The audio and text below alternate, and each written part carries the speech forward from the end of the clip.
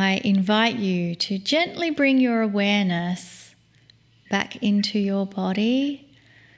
Bring your awareness back into the room.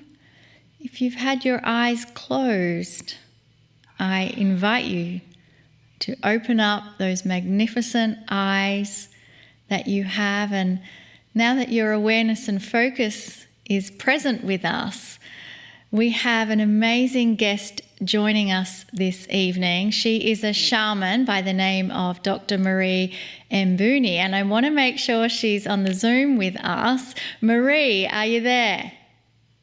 Hello, everyone. I'm here with you. Oh, wonderful. Well, we want to tell everyone about you. And Lee and I first saw you actually when we were doing our Earth Keepers Summit. And I just fell in love with you and thought, oh my gosh, we have to have you on our program, didn't we, Lee? And actually, I want Lee to talk about your bio first. I'm going to do that. And also, just most of you know, I think, who have watched my show and Monica's show with me and anything that I've channeled, especially, that just how much we believe in the indigenous information on this planet and a revival of their wisdom and relearning perhaps what a lot of us lost. Well, Dr. Marie is a soul shaman, energy healer, spiritual coach, and facilitator of sacred ceremonies. She's perfect for this. She's a leading expert on helping high-performing leaders, business owners, founders, and creatives get reconnected and centered to achieve holistic success, alignment, and, of course, joy. She is the founder of Heart Leadership and the Super Creator Method. Marie is a best-selling author and speaker with a background in, check this out everyone, she has a background in Western medicine as an MD anesthesiologist and Eastern medicine as a lifelong intuitive and channel. She's a modern mystic and multidimensional spiritual guide specializing in energy, creativity, and shamanic healing. And guess what? She has shared the stage with Don Miguel Ruiz and Deepak Chopra. So we're so honored that she's here on Healing Wednesday with us. She's been featured on NBC, ABC, CBS, and Fox. Marie is committed to getting her message of love and reconnection to as many people as possible. That's why she's here. A philanthropist, Mary is passionate about sacred reciprocity and giving back to help the world evolve into a better place. Dr. Marie, welcome to the show. Thank you so much. I'm happy to be here. There's many people, as we proceed, the first thing they're going to do is go, you're kidding. She's an MD. Yes. And how does this fit together? And I know you have a story about some kind of shift and awareness that occurred, and we'd love to hear it. So since I was a child, I always had spiritual gifts, intuitive gifts, and I was always hushed or shushed or stopped. So for a very long time, I made it mean that those things were bad. And I started to develop this belief that in order to belong, I had to be like everyone else. And so at 7 years old, I knew I was going to be a doctor. And so I went on to medical school in Cameroon, Africa. And after I graduated from medical school, because at the time Cameroon was still very patriarchal, it was really difficult for me to do my job. People would come and ask, how could you be a doctor and you're a woman? You're so young. How can you be a doctor? So I had to fight every day just to be able to do my job. That's when I decided to come to America because it's, the land of freedom. And so I came to the United States, did my residency in anesthesiology, and I started working and without incidents. And in 2012, something happened to me. I started having what I can describe as spiritual pressure. It was this pressure, this force pushing me to, I don't know what. And what I noticed is that my gifts were starting to come out without me controlling or wanting to. And of course, in 2012, we all thought the earth was going to end, the Mayan calendar. But for me, it was the time of awakening of my spiritual gifts. And I did not get a typical dark night of the soul or an accident, or for me, it was quite spontaneous. I'm just guessing retroactively that it was those energies of 2012. And I remember I was at a conference, a medical conference, and there was somebody in front of me that I didn't know, and their ancestors came through me. And this deep voice was like, you need to tell him that, and there was this message I had to tell the person. And I was like, I'm sorry, I don't know you, but this is what I need to tell you. And of course, they were crying. There was a deep moment of healing that happened. But when I went home, I started to thinking, this is not okay. I need to get a hold of this. And that's when, I prayed and meditated, like, what do I need to do next? And it was about, the time where I find my first spiritual teacher. And maybe a couple of years passed, but I was still in the closet.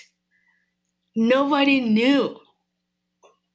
And that's when I experienced the dark night of the soul, where I'm not going to go through the story, but I was told I was probably going to be fired for something that I didn't even do. And from that point on, there was at first this deep anger because I had sacrificed my life. I was a great anesthesiologist and cared about my patients. And I was just going to be fired like that, just like that, without a second thought. And after the anger, there was this calm that came where I decided that I am going to live my life the way I want to live and say yes to who I truly am. That was the click, who I truly am. And from that moment on, I came out of the spiritual closet in my hospital. And when I did that, I realized that people already knew. They didn't know what was going on. But whenever somebody had a problem, they would call me. Whenever somebody had like a deep anxiety or was not feeling well, nurses would just automatically run to me and say, hey, can you come? Can you help? And I started to ask them, why do you always come to me? And they said, doctor, we don't know what you're doing, but, people always feel good. And when you bring your patients out of surgery, they don't have a lot of pain. They're polite. They smile. And so it is easy for us to take care of your patients. And then I discovered they were calling me the verbal Xanax behind my back. And that encouraged me even more. And from that point, I would bring crystals in my operating room.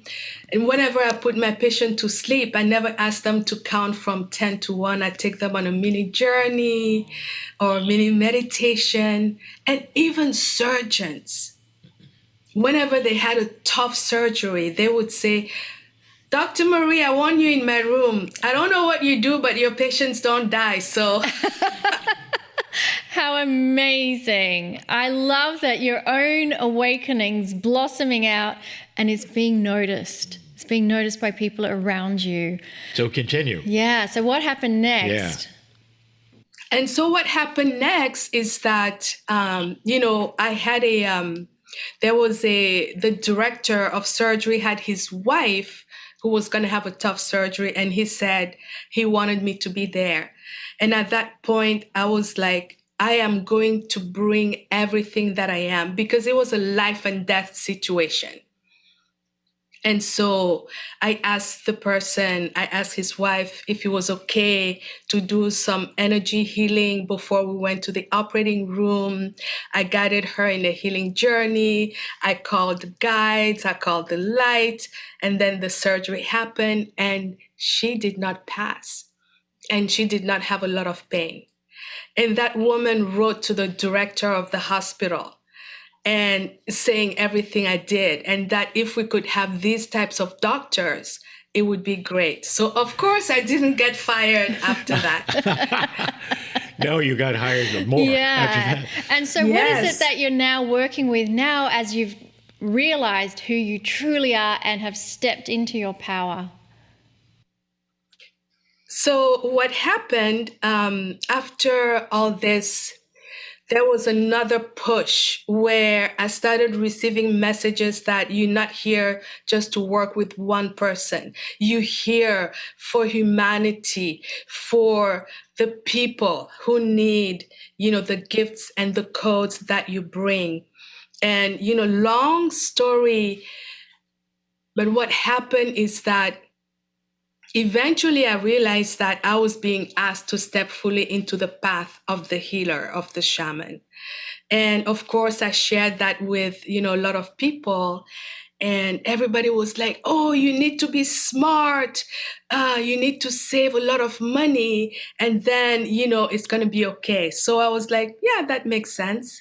So I worked really hard for 3 months and I saved money where I could live with not doing anything for 6 months. And guess what? Something happened where I had to spend the money. And then I was like, okay, not a problem.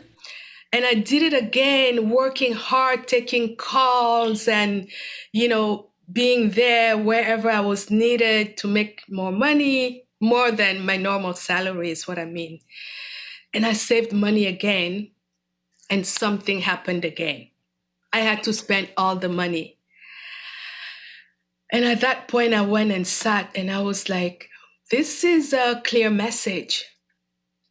And the message I received was that this is not about that. This is about a leap of faith.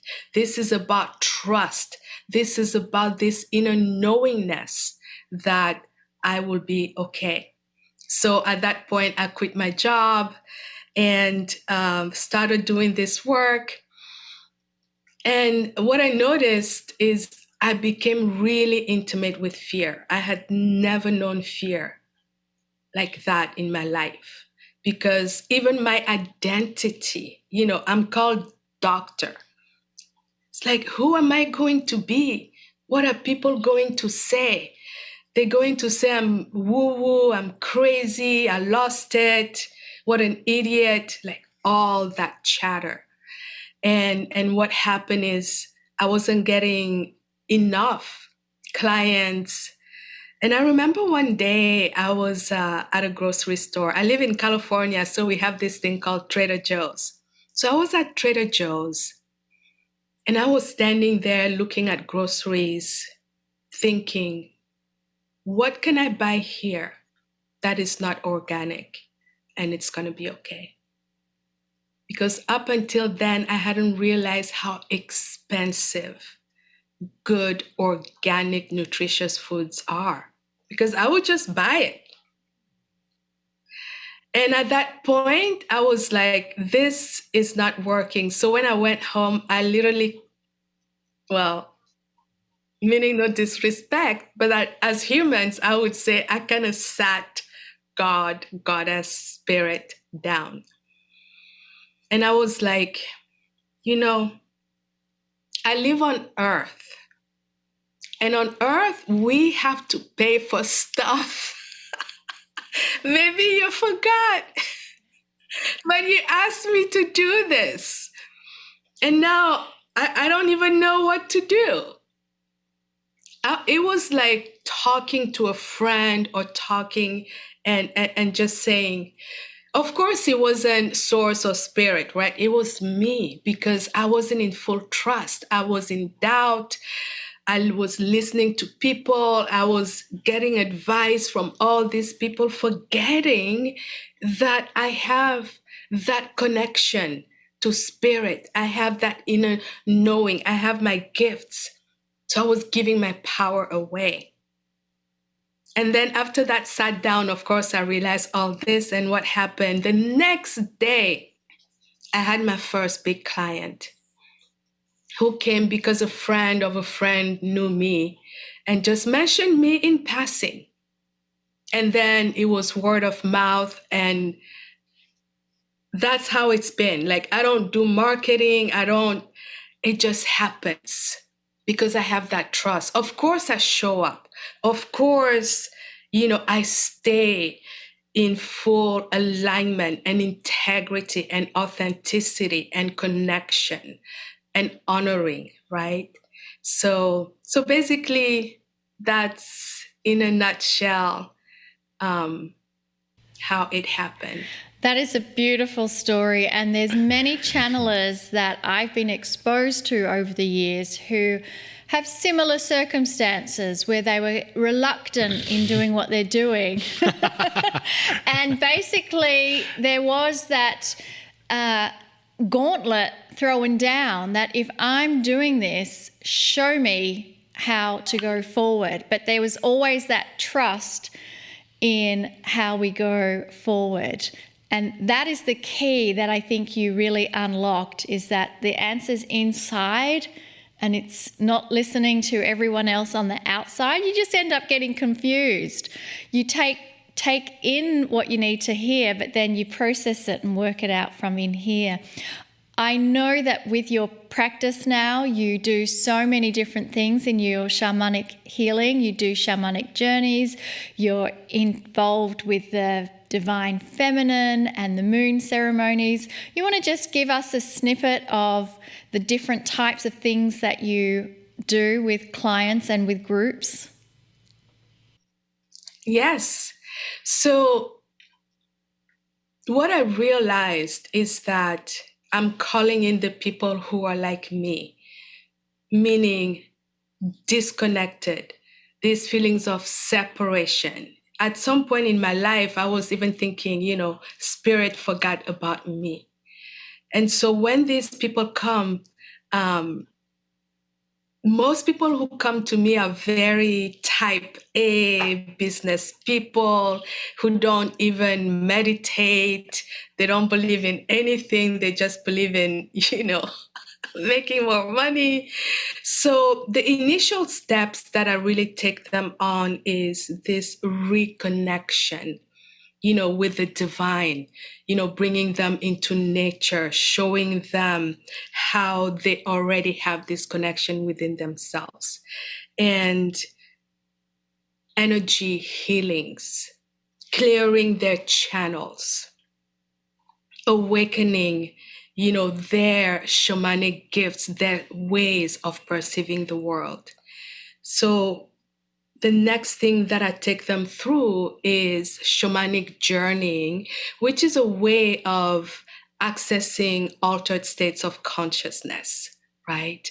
And through journeying, I bring them, we do soul retrieval. Soul retrieval are, this practice where we reclaim the parts of you that you have lost, maybe through trauma, through, limiting beliefs, through the imprints that you bring from your parents, from your grandparents, from the collective. People who know epigenetics kind of know about that. Epigenetics is the science that help us learn how we carry imprints and leave them in our DNA from past generations. So we go through that.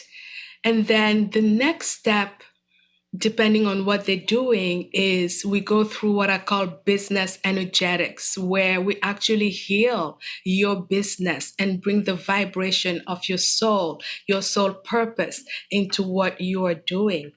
And if you are a healer or creative, we really awaken that part of you that knows through those practices. Sometimes, some people, after going through my group programs, go and start their own healing business, which is, of course, what I want, because we are all here to serve.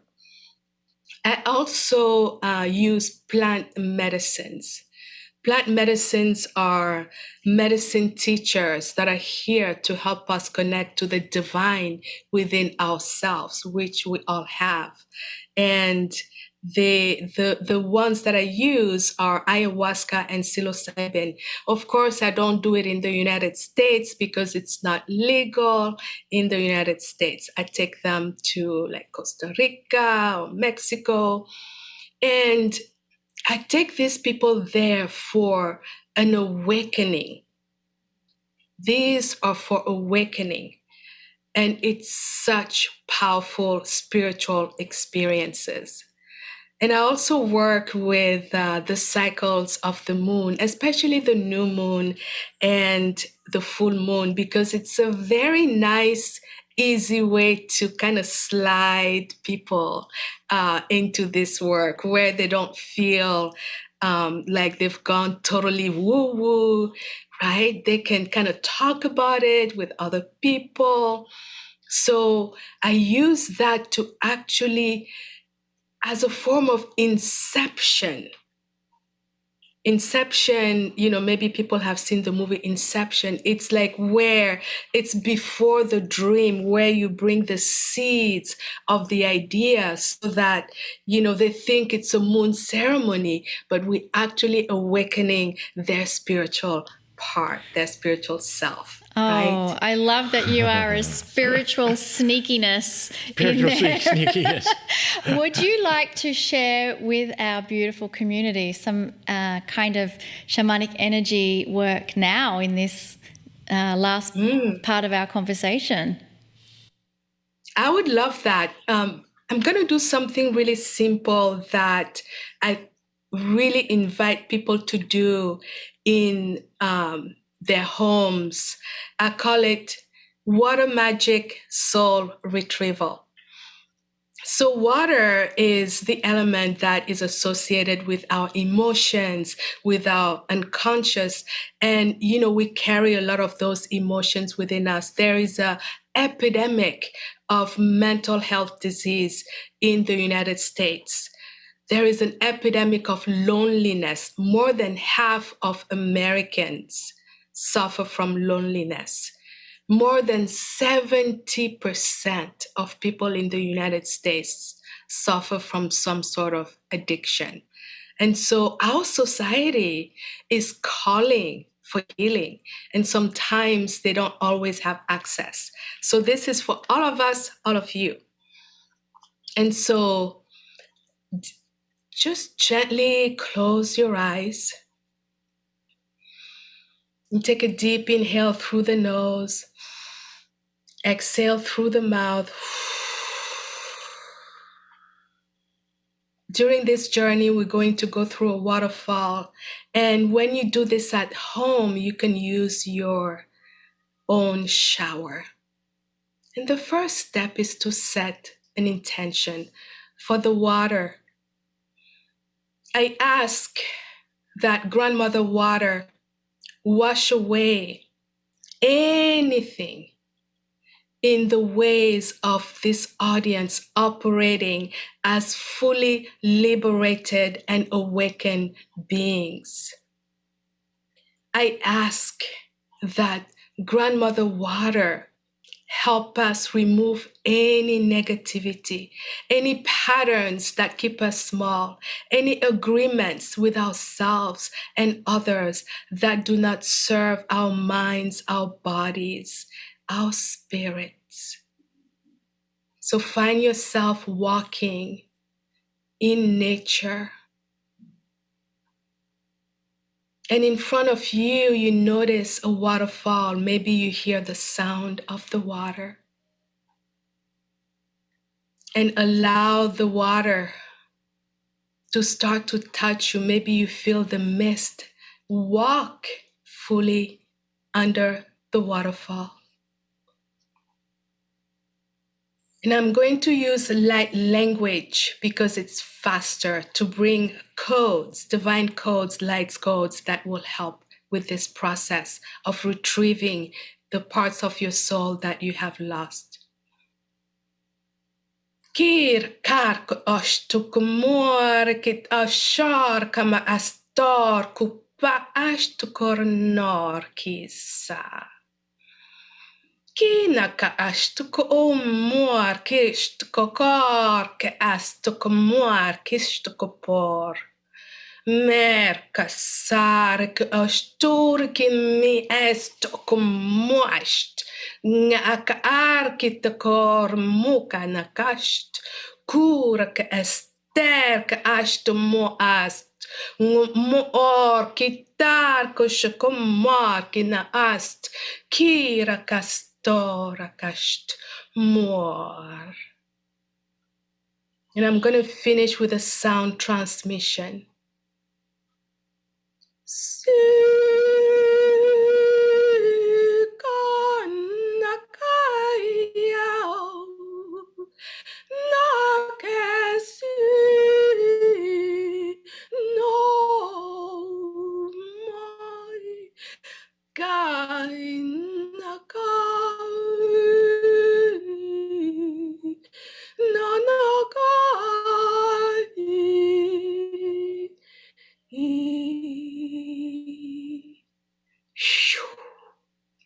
Take a deep inhale through the nose and release everything, coming back in your body with everything you received, any healings, downloads, insights, awareness. And with your next breath, gently open your eyes.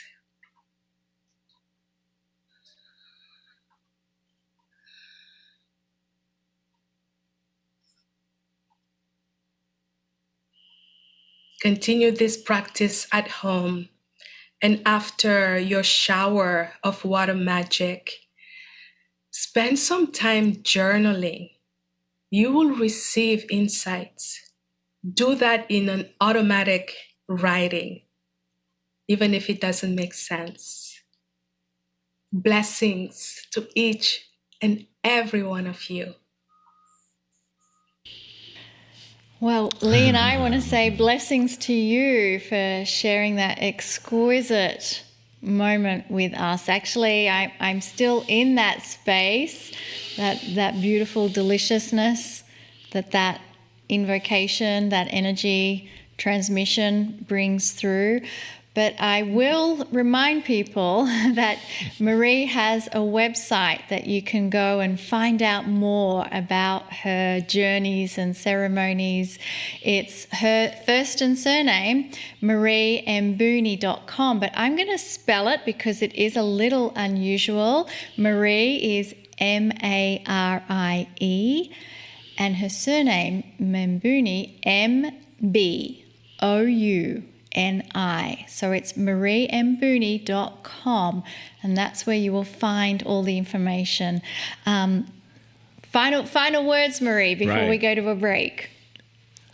So, final words is an invitation.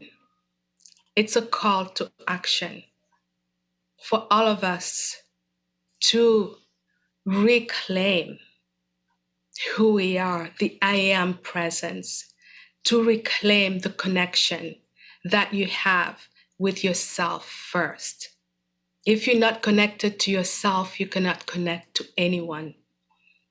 Supreme grounding and awareness so that we can all wake up and make this world a better place. Thank you. Aho. Oh. That's great. Thank you. Yeah. Thank you. Thank you. We don't want to go. We're just sitting here going, I don't want this to end. This is like, let's just stick here for a bit. Yes, I want to thank, our allies, benevolent light beings, all the elements, the directions, the divine, for this powerful healing that we have all received. It's still coursing through me, myself. I'm so grateful for that. Well, right back at you, beautiful sister. And we are going to take a 10-minute break, but those energies, oh, delicious. They will still be there. Maybe do some journaling, and we'll see you in 10 minutes for the Circle of 12.